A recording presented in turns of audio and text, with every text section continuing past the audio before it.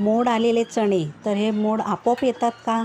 तर नाही. तर मी इथे 1 वाटी चणे घेतलेले आहेत, ते रात्रभर भिजत ठेवलेले आहेत.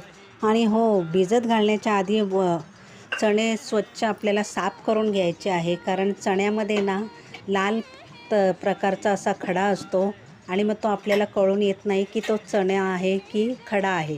तर त्यामुळे व्यवस्थित साफ करून घ्यायचे, रात्रभर भिजत घालायचे आणि सकाळी त्याला पाणी त्याचं निथळून काढायचं आणि मग 1 दिवस त्याला पूर्ण असंच ठेवायचं आणि मग दुसऱ्या दिवशी त्याला छान असे मोड येतात. इथे मी कुकरला 4 शिट्ट्या दिलेल्या आहेत आणि आता इथे कढईमध्ये तेल टाकलेलं आहे. तेल चांगलं तापलं की त्यामध्ये आपल्याला जिरं घालायचं आहे. जिरं चांगलं तडतडू द्यायचं आहे. जिरं तडतडलं की त्यामध्ये आपल्याला कांदा घालायचा आहे.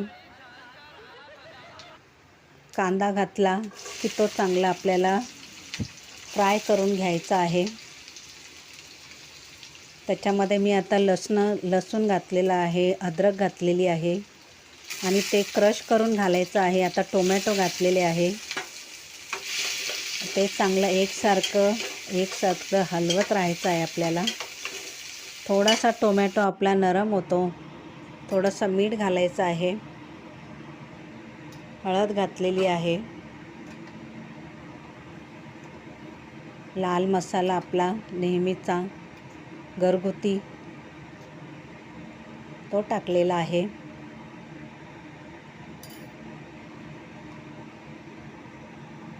आता मी मीठ घातलेलं आहे. पुन्हा एकदा त्याला एकत्र करून घ्यायचं आहे. गृहिणीचं हे कामच असतं की जेवण जर आपण बनवतो तर जेवणाची टेस्ट वाढवण्याकरिता जेवणामध्ये एकत्रपणा आला पाहिजे.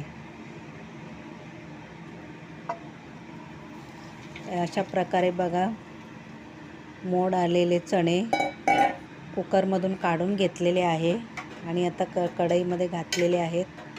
पुन्हा ते एकत्र करायचं आहे. आता हिरवी मिरची घातलेली आहे कच्चीच, थोडीशी कोथिंबीर घातलेली आहे. पुन्हा ते एकजीव करायचं आहे. थोडंसं झाकण ठेवलं होतं, आता झाकण काढलं आहे.